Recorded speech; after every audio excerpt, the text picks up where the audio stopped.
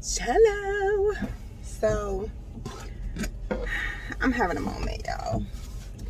And this is for those who can relate. And if you can't relate, feel free to pass me on by. But for those who can relate, I'm having a serious moment.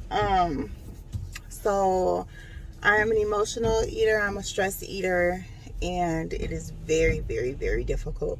So for months, since my birthday, actually, because I had taken off a lot of weight for my birthday, for months I have been struggling to lose this weight, and I lost my motivation because of stress, and I went through some things, and I'm still going through some things, right? So I'm laying in my bed right now, just now, not right now because clearly I'm sitting here, but I was laying in my bed just now, and I was like, man, I want a Whopper. I don't. Let me just make this disclaimer. Fast food as a whole is not good to me, right? So for me to be like, I really want a Whopper, what was that? Where did that come from? And I realized it's my brain drawing back on those days when I did like fast food and when I did enjoy the taste of fast food. So a little bit, really quick, brief background. In 2013, I had RNY, gastric bypass surgery. And like something happens day of surgery where your taste buds change. Kid you not. Like, I don't know if it's the fact that prior to surgery you started fasting and eating differently, and then after surgery you have to eat differently for so long. But nothing that I used to love tastes good. French fries, fried chicken, hamburgers, all of that stuff, no bueno. Like, I don't like it. But my mind remember what it tastes like, right? This is what we call head hunger. And so my mind is like, man, I want a Whopper. Now, I know I don't want a Whopper. I know that the Whopper that I eat today is not going to taste like the Whopper that I ate prior to August 30th of 2013. I know this. And yet I can't rest. You see me, I'm in my car. I'm in my seatbelt because I'm like, and here's the other thing. I'll buy it. Okay?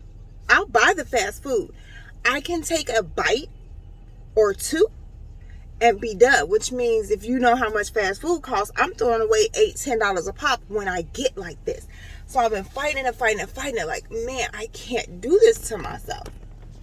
I can't. For one, I don't have the money. Like, well, I don't want to waste the money.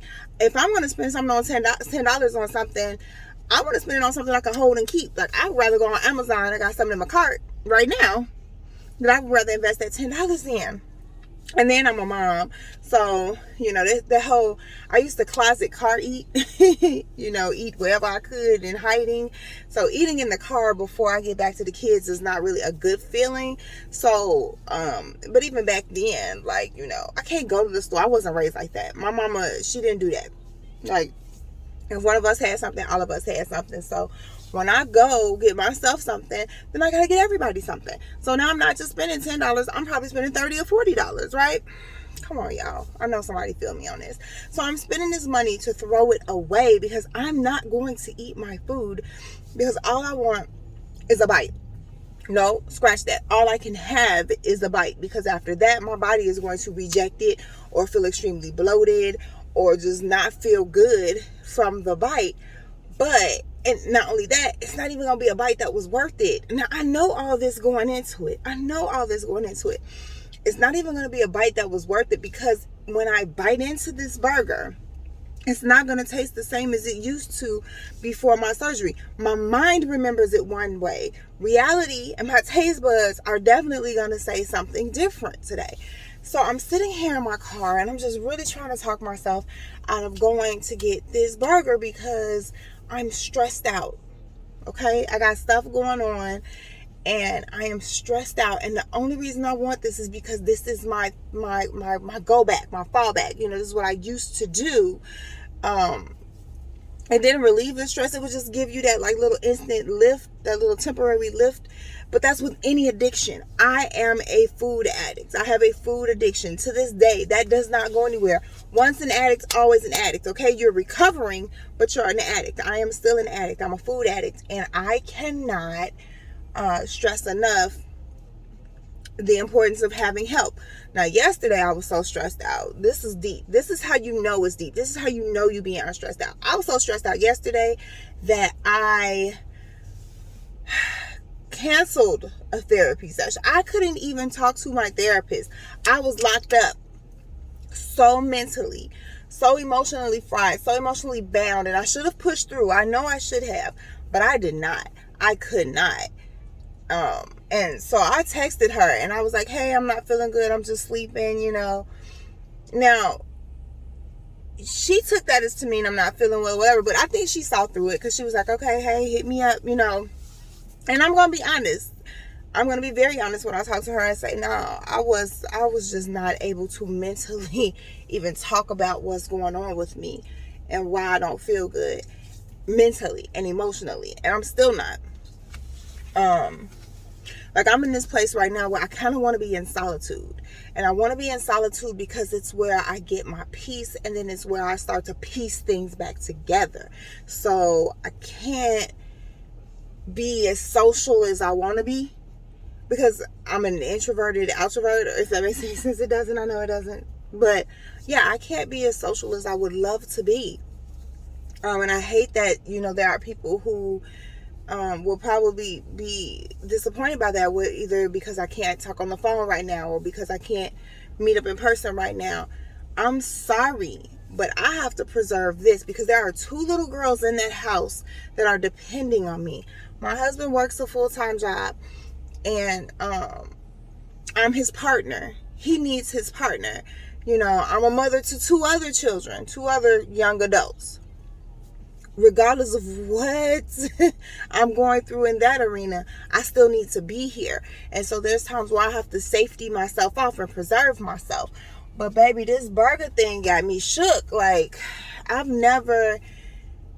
doing this now in hopes that I'm talking myself out of it. But the truth is, I'm like, just go on and buy a Whopper Jr., girl. Just go buy it. Take a bite. Throw it in the garbage. You know what you're going to do. Be mad about it because you already know what's going to happen. Do that and then move on. Because sometimes that's what it takes. I'm trying to pull out all my tools and resources and coping skills that I know that I have. But because that's almost like telling a drug addict or an alcoholic, you know what? I know you know what to do. I know it's hard right now, but just go on and take that little hit and be good. Start over first tomorrow. Well, you can't tell them that. And I'm not trying to tell myself that, right? So I'm really trying to work my way through this, and I'm really like upset because y'all, I'm at my breaking point with so much stuff, and that I feel like I'm not being respected in a lot of things that have to do with my mental and emotional well-being. That is just like, you know. But instead of letting it take me down and spiral into that depression, because you know I'm bipolar, like I talk about that. So here's a down episode. It may not be a depressive episode where I'm going to go manic on the other side of it.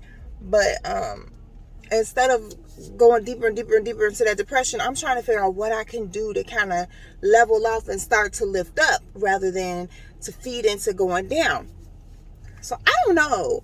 I mean, I have all of these wonderful books. I sat and had, I did my Bible study this morning. I did my scripture this morning. Granted, it was not uninterrupted, which I would have loved. I'm in a place right now where I want to be alone, but I don't want to be alone, you know? And I don't want to, I'm sorry, I thought my windshield was cracked. I was about to go there. But I don't want anybody to force their presence on me. Because right now, your energy is going to be my energy.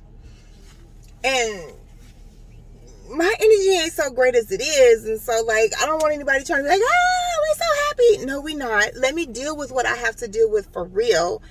And, you know, whatever. But at the same time, I don't want to be selfish. But I know that other people have things going on in life, too. And I'm here for you. Trust me. I love you. I'm dropping prayers for you. You know, 100%. Don't think that I'm not here for you. But I can't go in there with you right now. Like, I can't. And that's just because to take care of me. To take care of me. And so with all of this, you find me sitting in my car talking to my camera going, do I want to go get this Whopper Jr.? No, don't go get that Whopper Jr., girl. Don't do it. But you know I'm gonna do it. I don't know. I'm like, right now, things are a little bit of a mess for me mentally, emotionally. Like, otherwise, I'm good. You know, I'm working the job I like. My girls are good. My home is happy. You know, I have good things coming up that I'm looking forward to. I'm good. But there are some things that are just just like there's turmoil inside. They just tear me up. And I need to release them. And I'm trying to tell myself that taking a bite of something I know I'm not even going to like is not going to release it. Matter of fact, it's going to make me feel worse because now I'm out of that money. And I like some money now, y'all. I do like what I do, and I do like the fact that it lets me make money. I like some money. I like to keep my money now because I like to spend it on what I want and what I need and what I like. I just don't know. But there are some people out here like me. And if you're out here like me, maybe not in every single way, but if you can relate to what I'm talking about, then definitely talk to me, because this is going to be my format for right now. This is my communication. Like, I'll talk about what's going on with me because it kind of opens me up and allows me to release at will, without having to be completely exposed to taking in other energies. But at the same time, I'm that kind of person that likes to have these conversations because I know that what's going on with me could possibly help somebody else. Now, here's the deal. I need to commit to working out. I've been so lazy and so depressed, and that's what's really hindering my weight loss progress, because I was full throttle with it. I was working out. You know, some storms came, some storms are brewing, some storms are hovering, some clouds are still hanging, and I'm not for it. But I gotta be for it because the bigger picture is the end result, right? Me looking and feeling better. And so I gotta get back on my workout. So I need to be motivated. I'm just trying. I'm trying. If you're just trying and, you know, you struggling with something, but you just trying, we're not having a pity party, but we talking about we just trying, then, you know, let's talk about that. You may not want to talk about it. Just let me know you're trying. Just say I'm trying. Because I'm praying for you too. I'm trying. I'm trying not to back out this driveway and go get that Whopper Jr. I did learn that. I did learn to get the Whopper Jr. instead of the regular Whopper because I can't eat a Whopper. And I don't need to know what it's made of and all that other good stuff because I already know, like I said, my mind is remembering what it used to be like. My taste buds and my wallet is like, we got food in the house and it tastes better because I can cook. I don't want to do that either, even though I did cook. I cooked tonight. This is how you know I'm battling something. I have a full dinner in the house cooked, and I'm sitting here going, do I want to go get this Whopper Jr.?